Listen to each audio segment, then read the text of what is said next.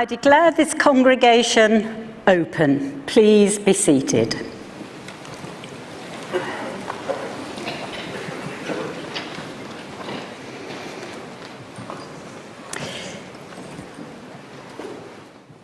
On behalf of Aston University, thank you for being here today. Whether you are graduating or you're a family member or friend, you are all most welcome. As indeed are the guests and friends of the university that have joined us for the ceremony, in this room and indeed online. This week, across 15 ceremonies, more than 4,000 students, representing over 50 different nationalities, will become graduates of Aston University. It is therefore an important celebration, and I hope for everyone a joyous occasion. The many challenges and uncertainties of the past 2 years have provided perhaps the most unsettling period of our lives. All of us in this room have been affected by the pandemic and its aftermath, and some of us profoundly so. To those of you particularly affected, be you students or family, you are in our thoughts. I'm delighted that we are able to be here today in person, and we can celebrate your outstanding achievements with your family and friends. I also take this opportunity to thank our staff, academic, technical, and professional teams of colleagues dedicated to the success of our students. Nearly 2,000 Aston University staff are committed to helping you gain the award you will receive today. We are incredibly proud and excited to see you graduate and to share in your future success. As I look around the room, I know that many of you will have travelled long distances to be here to support those who are graduating. There are also many watching each ceremony live online across the world. This reflects both Aston University's global reputation and the significance of this ceremony. Today, we celebrate your achievements as Aston University students and now as graduates of Aston University. Each of you has completed your course and passed those exams. The gowns you are wearing are a visible manifestation of that success. While walking across the stage is a brief moment in time, this moment reflects the hard work and the effort that each of you has put into studying at Aston. Please do enjoy your moment on stage and your graduation. It is truly your day to celebrate. It is custom during our graduation ceremonies that the university also takes the opportunity to recognise the achievements of certain outstanding individuals and honour them accordingly. I therefore call upon Mark Smith to present, on behalf of the Senate, a candidate for the award of an honorary degree.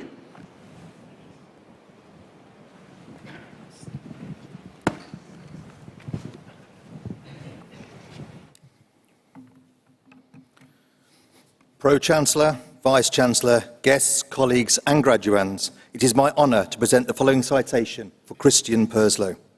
Christian, accompanied at today's ceremony by his wife Jane, is a British businessman and co-founder of private equity firm Mid-Ocean Partners. After attending Aylesbury Grammar School, he went on to graduate with a degree in modern and medieval languages at Fitzwilliam College, Cambridge. He later earned an MBA at Harvard Business School, where he was a Baker Scholar, finishing in the top 5% of his class. Following a successful career in finance, Christian's first role at a footballing institution came when he was appointed as the Managing Director of Liverpool Football Club in 2009. The first task he was given was to renegotiate the £350 million loan the club had outstanding with the Royal Bank of Scotland and to assume overall management of the club until a new permanent CEO could be appointed. No mean task. 3 months into his tenure, a team headed by Christian negotiated an £80 million 4-year shirt sponsorship deal with Standard Chartered Bank, changing the club's finances significantly. Having completed his brief by finding a buyer, Christian stepped down in October 2010. In 2014, Christian joined Chelsea Football Club as head of global commercial activities with immediate effect. There he oversaw a number of deals and the club's £900 million kit deal with Nike, a deal described by the FT at the time as a remarkable coup for a British football club. On the 31st of August 2018, Christian was appointed as the Chief Executive Officer of Aston Villa Football Club at a time when Villa was beginning its third successive campaign in the Championship. It is fair to say that his time so far at Villa has been a resounding success. Aston Villa gained promotion to the Premier League in 2019, and Christian has improved the Aston Villa Academy with a new long-term ambition, but also spent money wisely improving the Aston Villa women's team, who have also enjoyed promotion to the Women's Premier League after an unbeaten 2019-2020 season. Under his leadership and in conjunction with Aston University, Aston Villa women have established a dual careers model, putting education at the heart of their operation to provide opportunities for players to play at the highest standard whilst also developing viable career paths for their respective futures. The core of this initiative is based on flexible study, access to higher education at Aston, and the development of a bespoke women's leadership programme. As well as his passion for football, Christian is also passionate about the community Villa operates within. Christian personally supports the Aston Villa Foundation, established in 2016, which delivers projects such as football in the community, disability, health and well-being, education interventions, and community relationship building. He's a strong and vocal supporter of the club's Equality, Diversity and Inclusion initiative, All In, which celebrates and engages with diverse supporters groups. Christian is driving the club's commitment to promoting all of the instances of hate crime to a joint programme set up with West Midlands Police. As part of Aston Villa's ongoing partnership with Aston University, Villa Vision was launched in 2019. Funded jointly by the Premier League and the Professional Football Association, as well as Aston Villa and Aston University, it provides training experience to Aston's optometry students, a mobile eye care unit providing sight tests in Birmingham to raise awareness of the importance of eye health amongst children. It also focuses on the areas around Villa Park, some of the most deprived in Birmingham, using local schools and community settings to deliver its programme. Aston Villa is the first football club in the UK to deliver such a programme. It already has a positive impact on the lives of nearly 3,000 children across the city. Pro-Chancellor, in recognition of his significant contribution to diversity, inclusion and equality and the local community, I present on behalf of the Senate Christian Purslow for the award of the degree of Doctor of Business Administration honoris causa.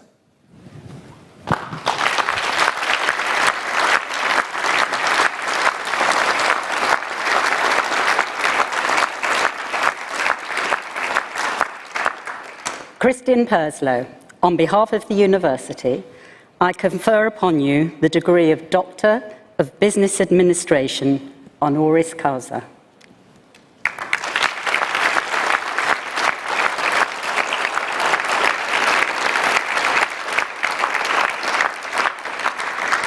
I now call upon Dr. Purslow to address the congregation.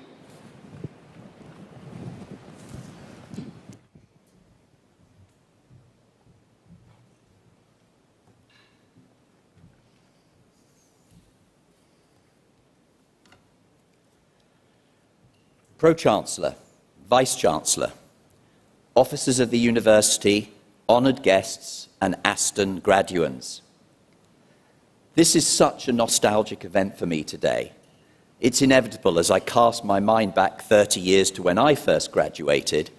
I have found myself wondering just how much things may have changed since then. It turns out that as I approached my graduation in 1986, a Conservative government was facing deep problems, trailing behind in the opinion polls. The UK was about to host a Commonwealth Games. A Football World Cup final was just around the corner. And Top Gun was the #1 movie at the cinema. Does this all sound quite remarkably familiar? The point of this trip down memory lane is that when I was in your shoes 30 years ago, despite what older people may tell you, the world wasn't that different. But I have hindsight and old age on my side to give a different perspective to you all. So please excuse me sharing a few lessons I've learnt in the last 30 years. Let me start by saying, as we sit in this great educational institution, that great teachers played a vital role in setting me on the right track, and their influence stays with you for life. I'm sure many of your lecturers will have kept you going when you might otherwise have wilted, especially in the difficult circumstances surrounding the pandemic. But I hope you did not take their care, their attention, their hard work for granted. Just as you are thrilled at your awards and recognition today, do not forget that they are also human beings who also cherish gratitude and appreciation for their work, and they will take great pride in your future success. On studying itself, looking back at my own further education, I realise now real learning comes from what you put in to the educational process in terms of your participation, your contribution, rather than lonely rote learning or cramming, which really don't endure at all. Now you're at the end of your studies, a question you will often be asked is, what do you want to do after you graduate? I have met some very successful people in business and sport who knew precisely what they wanted to do or be and focused all their energy and life choices on trying to make that happen. But equally, I know many others, and this included me, who sitting at their graduation ceremonies had no idea and could never have predicted the paths that their careers would take. I'm often asked, how did a modern linguist end up as a professional financial investor? Or how did you get into football? More of that in a second. But what I did realise in those vital early years following graduation was that learning certain skills and experiences would develop me, put me in the best position to take opportunities as they came my way, even if serendipity would also play its part. A simple example is the ability to converse and communicate in a foreign language. I've come to realise Europeans do not expect British people to speak foreign languages competently, so those that do have a scarce skill at their disposal. For example, when I was offered the chance to become the leader at Liverpool Football Club, it was not my career in finance or my MBA that was top of the list of reasons for bringing me in. It was the fact that I could converse confidently in Spanish with the manager Rafael Benitez, with whom the club had suffered a total breakdown in communication. We were asked to meet, we ended up speaking in Spanish for several hours, and he was able to express what he truly felt. After the meeting, he phoned the owners and said, "At last, a CEO who I can work with." I'm not sure he would have said the same 2 years later. But until then, my only exposure to professional football had been as an amateur player, a fan, and a daily consumer of the media. Suddenly, after a long career in the relatively private world of the City of London, I was offered the opportunity to take charge at Liverpool out of the blue, to try and bring all my financial and business experience to bear to save the club from a financial crisis which had engulfed it. My point is, dreams can come true, and you never know what is around the corner. The secret is to be ready and to seize the opportunity when you get your break. Rest assured today that your education, your early work experiences, and your personal qualities will be instrumental in dictating how you perform in the workplace over the next 30 to 40 years. In my last 14 years working in professional football, Liverpool, Chelsea, and now running Aston Villa, after such a long career in the private world of the city, it is the similarities between these two worlds which has been most striking. In these challenging economic times, the most obvious similarity is the remarkable level of salaries and spending compared to normal world where everybody is tightening their belts. In professional football, player wages are rising fast, which is due almost entirely to money from television.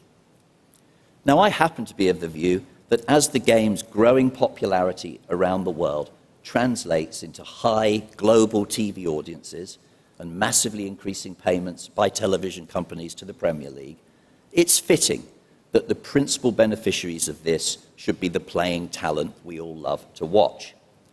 Wall Street, the City of London, has long had an ecosystem based on high rewards for the top performers, as has the film industry.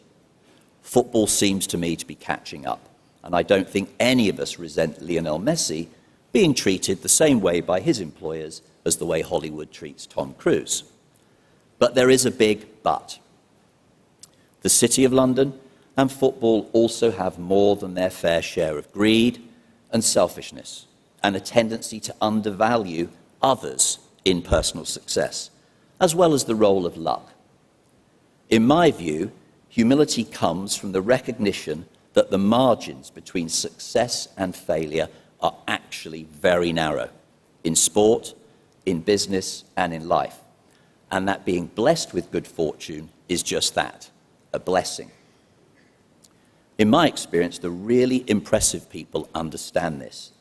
They don't take themselves or their achievements too seriously, and they do not in any way look down on others who've been less fortunate.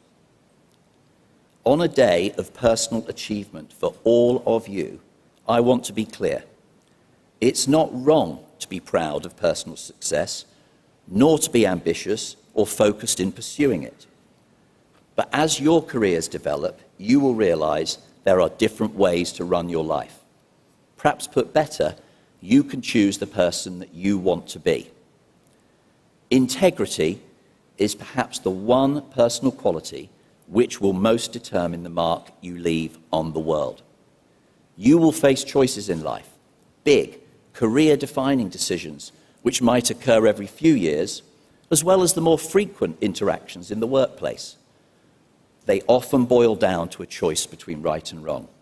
The choices you make will define and cement your reputation or leave an indelible stain from which you can't recover.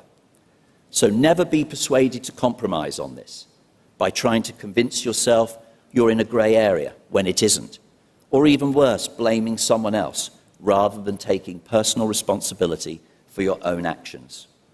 You will all find, if you develop a reputation for personal integrity, many more exciting opportunities will open up for you in whatever walk of life you choose. It's been an honour and a privilege to address you on this special day for you and your families. I'd like to leave you with 3 thoughts. Fame, fortune, and materiality will not guarantee your fulfillment or your reputation. Your personal qualities, your values, and your behaviour will. This university and your family have given you the invaluable ability to judge right from wrong. Use this training and skill to ensure you always try to do the right thing. And aspire high. It really is true. If you aim for the stars, you might just get to the moon. I'd like to thank Aston Villa's owners, Nassif Sawiris and Wes Edens, for giving me the opportunity to lead the club, which truly is the best job I've ever had and brought me to this wonderful city. Thank you to Aston University for this honour. I wish all Aston graduates every success in life. Enjoy celebrating this special day.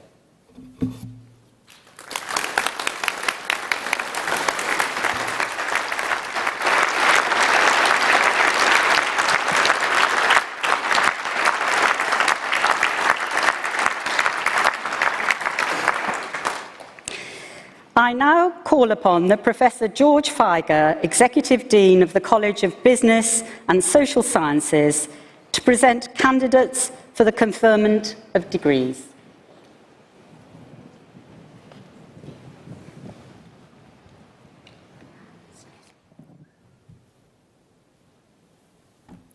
Pro-Chancellor, I call upon Dr. Beltagui to present candidates from the College of Business and Social Sciences programs for the conferment of awards.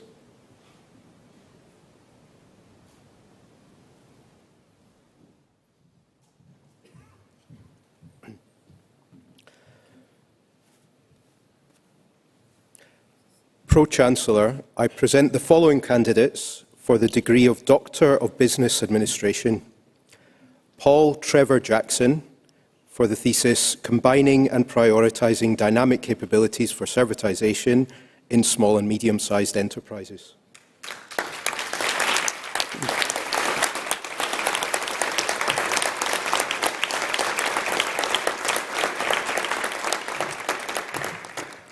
For the degree of Doctor of Philosophy, Oluwarotimi Olumide Adebayo Adeniyi Akintola, for the thesis The Efficacy of Mandatory Corporate Governance Regulation in an Emerging Market, Amara Cynthia Ajegbo, for the thesis The Role and Impact of Digital Capabilities on Value Co-Creation of Servitizing Organizations,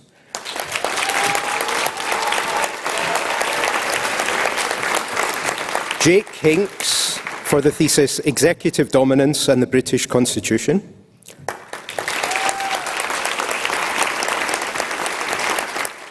Hafwong Long, thesis The Use of Tax Havens by Firms in Business Clusters,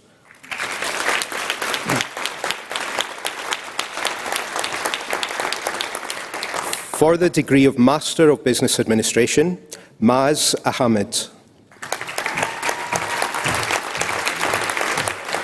Musawar Ahmad,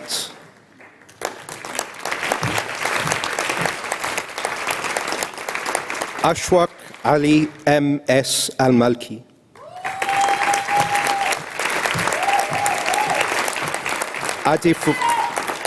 Adefunke Eniola Anozie,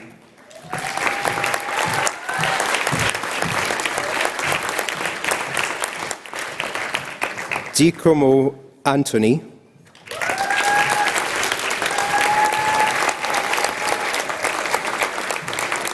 Janet Archer,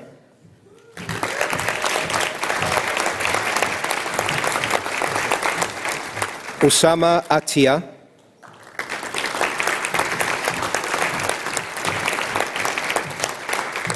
Ben Cartwright,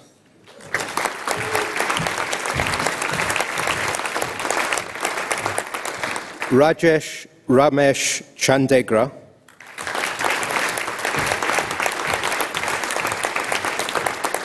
Samuel Chesney Benson,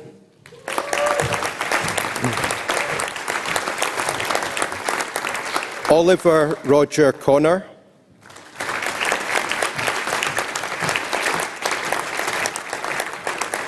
Darren Cramphorn,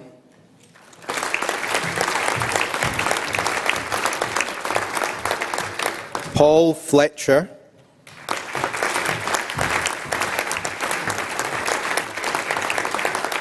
Charlotte Victoria Fox,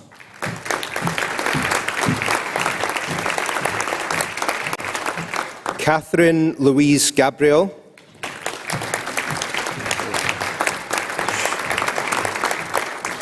Victoria Chantel Grant,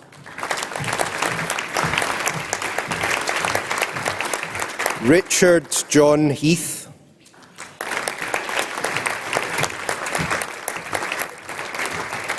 Ian Michael Hesketh,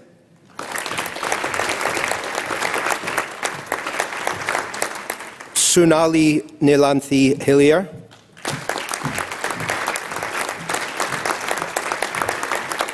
Philip Ronald Hume,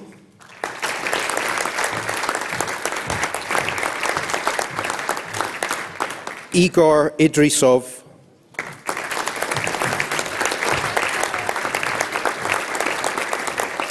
Naguib Ismail,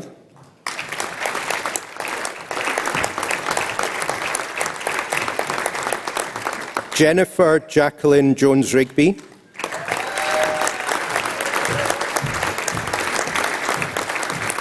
Ritesh Kumar,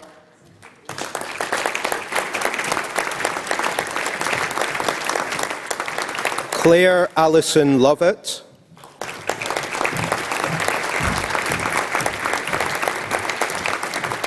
Natalie Lithgow,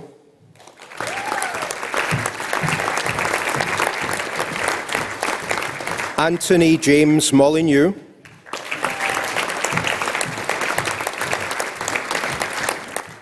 Kenneth Azubwike Nkemnacho,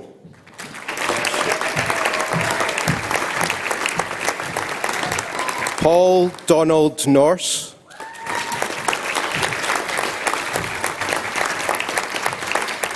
Murphy Tahan Osborne.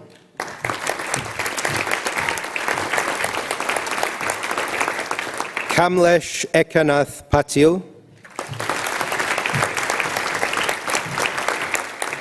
Guy John George Purdy.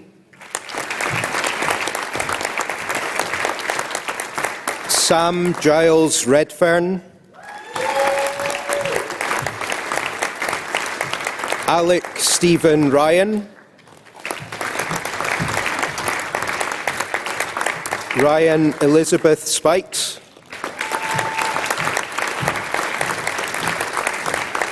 Lorenzo Tomasini.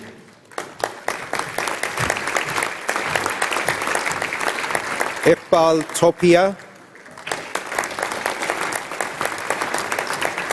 William David Tulloch.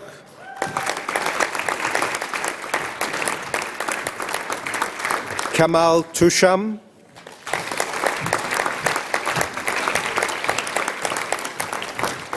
Catherine Esther Vicher.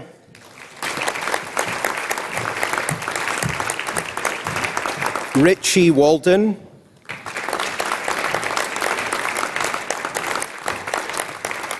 Philip James Welsh. Oshoma Zekeri.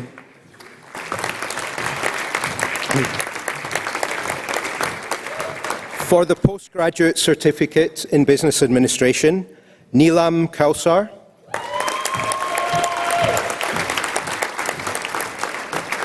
Saprina Kumari.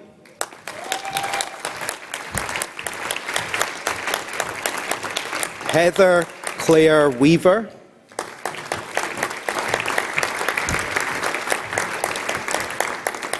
For the degree of Master of Science in Business and Management, Olayinka Tolulupe Adewole.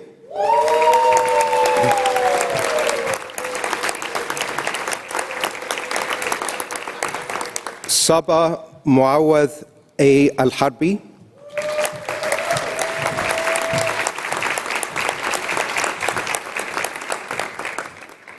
Lalith Vamsi Alaka.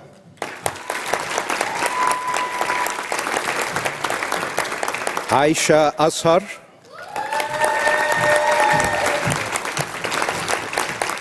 Abu Bakar Babangida.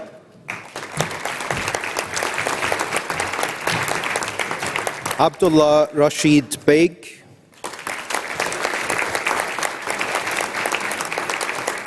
Ailton Koana.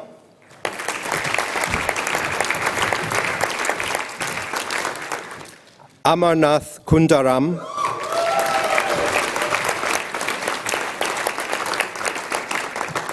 Ellen Lee.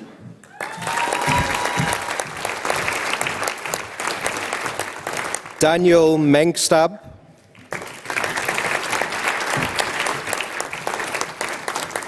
Efitomobo Toluwani Okposo.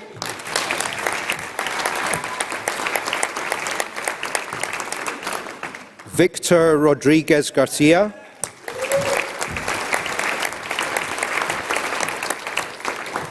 Eliza Shafak.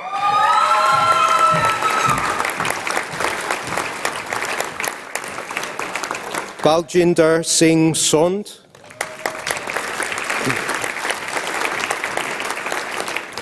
For the degree of Master of Science in Business Analytics, Satya Sumanth Bevara.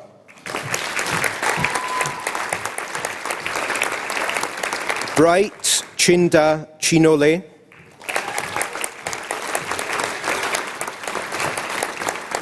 Enobong Edidiong Ebitu.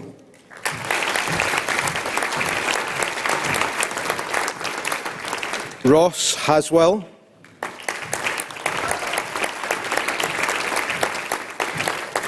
Kishore Magendiran.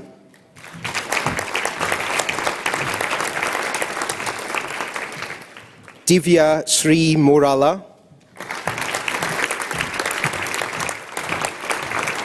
Nena Chidinma Obasi.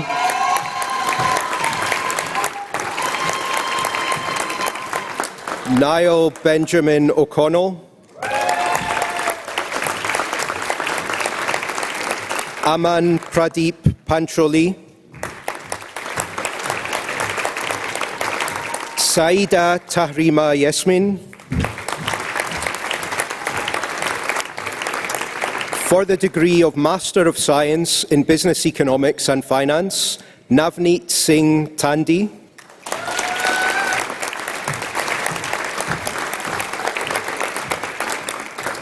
For the degree of Master of Science in Investment Analysis, Zakir Iqbal.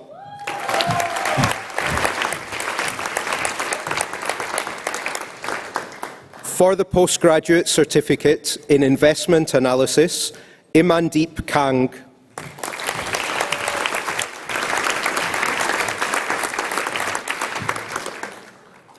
For the Master of Science in Business and Management, Milad Madadi Kohli.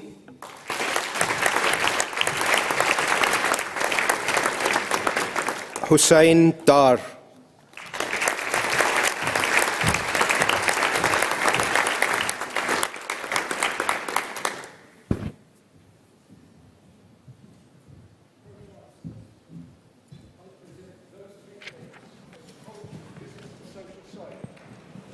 Whose names appear in the programme, but who are not here today for admission in absentia to their respective awards.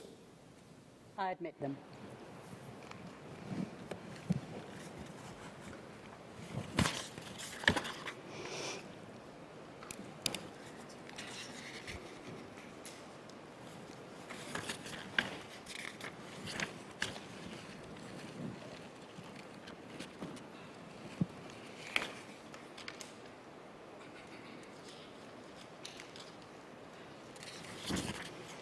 Do you have the page? I don't. Thank you.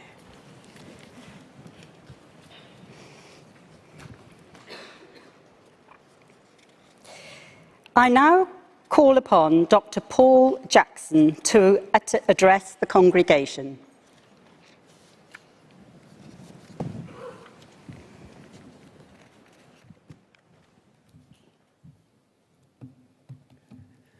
Members of the procession, graduates, ladies and gentlemen. First, congratulations to our graduates today. Great work, well done. For some, this is your first Aston graduation. For others, perhaps the second, or the start of more to come. For me, this is the third time I've graduated from Aston. So it feels appropriate to reflect on the journey, to recognise people who made key contributions along the way, and most importantly, to illustrate the value of applying academic theory in practice. My first graduation was back in 1985, when the outside lifts were built on the main building, and I graduated in metallurgy. Shortly afterwards, I entered the entrepreneurial world, and I've been starting and running small companies ever since. One is UV Light Technology, that just celebrated its Silver Jubilee this year. I came back to Aston in 2013 for the Goldman Sachs 10,000 Small Businesses programme. A pivotal moment, because it introduced me to theoretical frameworks, which I applied in my business and was astonished by the impact. I remember thinking, if only I'd done this sooner. And it ignited a passion for knowledge which eventually became a parallel academic path. I recall Professor Mark Hart and Paula Whitehouse saying, you need to take a step back from working in your business to work on the business. I'm not sure it's exactly what they had in mind, but I stepped back to undertake an Aston MBA. And then spent 2 months in Los Angeles to see how the American universities teach sales and entrepreneurship. As my knowledge was increasing, I kept applying it within the business to sell more products and create jobs. However, we faced pressure on profit margins due to UV LEDs entering our markets from lower cost economies. Therefore, another pivotal moment was when Professor Tim Baines and Ian McKechnie from the Advanced Services Group said, you can increase profit by adding more services to support your products during use. To do this, we needed new capabilities, but I wasn't sure which ones, and there wasn't much guidance in the literature, so I decided to find out by developing and testing my own theoretical frameworks during a DBA. Now, DBAs offer great opportunities for collaboration between academics and practitioners. However, to be successful, students need a great team around them at university, at work, and at home. At Aston, it's been a privilege working in the Advanced Services Group.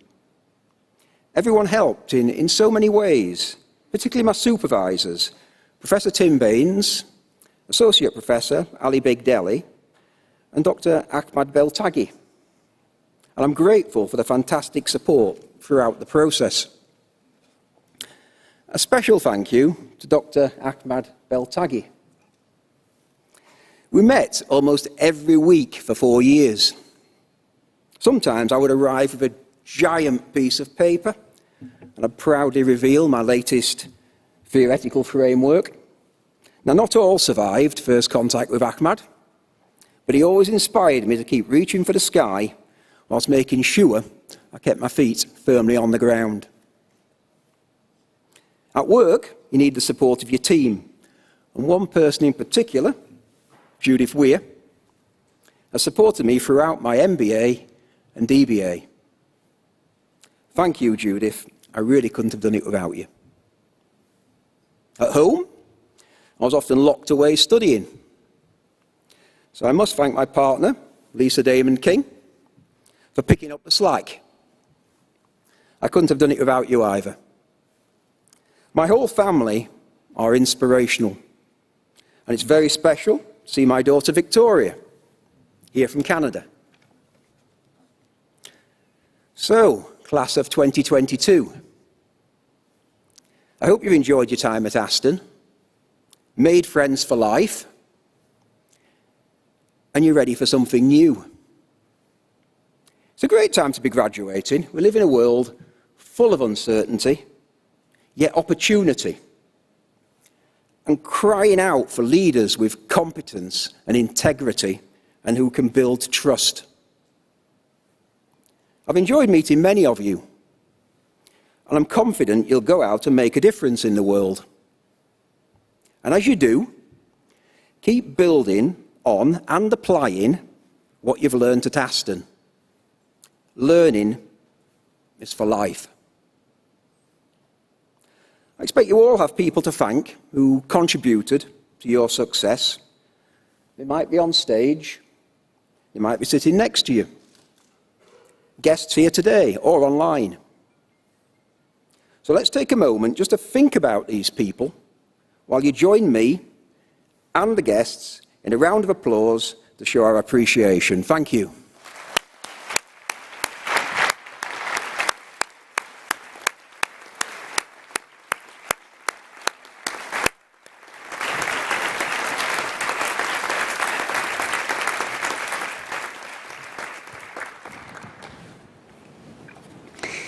Thank you, Dr. Jackson. It's really appropriate that a member of our graduating cohort is, on behalf of their peers, reflecting their time at Aston and what lies ahead.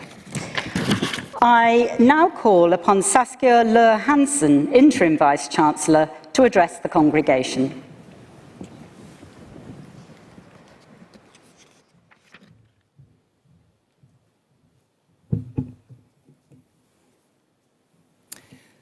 Pro-Chancellor, Lord Mayor, honoured guests, colleagues, Aston University graduates.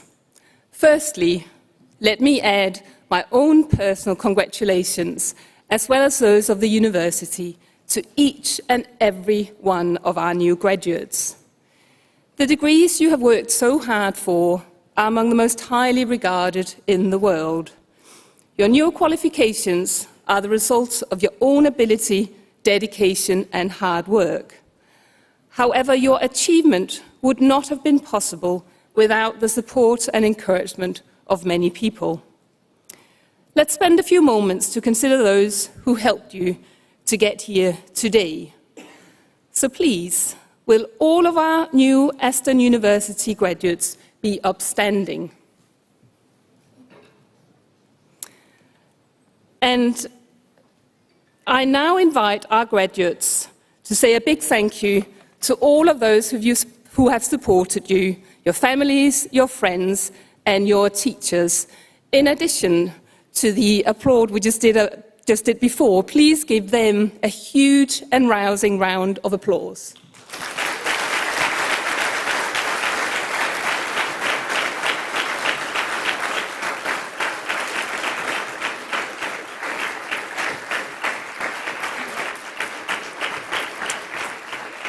Thank you. And now please do be seated again. As a new graduate of Aston University, you will know that we have a mission to ensure that our students are best equipped to succeed in business and the professions. You now join our alumni community of more than 107,000 alumni over 176 countries. Your degree is a valuable asset to both yourself and to employers worldwide. Please do use it well and make us proud of you. I am sure that, like me, you found our honorary graduate, Christian Purslow, inspirational. He is an example of what you can achieve if you show total commitment and dedication in your chosen field, and look for the opportunities which will present themselves along your journey. So congratulations once again. I do hope that you'll be able to come back to the campus after this ceremony and join your friends and colleagues in the Students' Union, which I should add is air-conditioned, to continue celebrating your success. Thank you and good luck to all of you.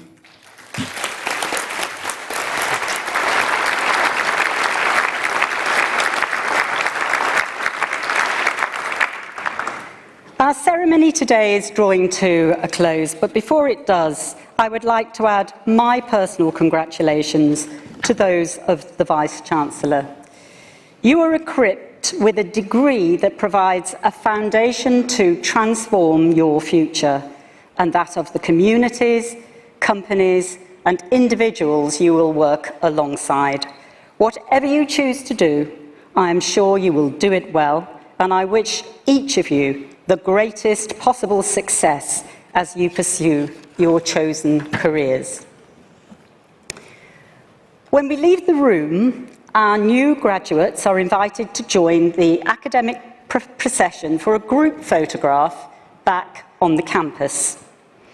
I would encourage all of our guests to come and watch and, of course, take your own photos. Please remember to stay safe and well hydrated in this warm weather. We would appreciate it if our guests remain in the hall until the procession and all the graduates have left the hall before joining them back on campus to continue your celebrations with prize giving and complimentary refreshments available in our Students' Union building. I now declare this degree congregation closed and invite those who are able to please be upstanding for our national anthem.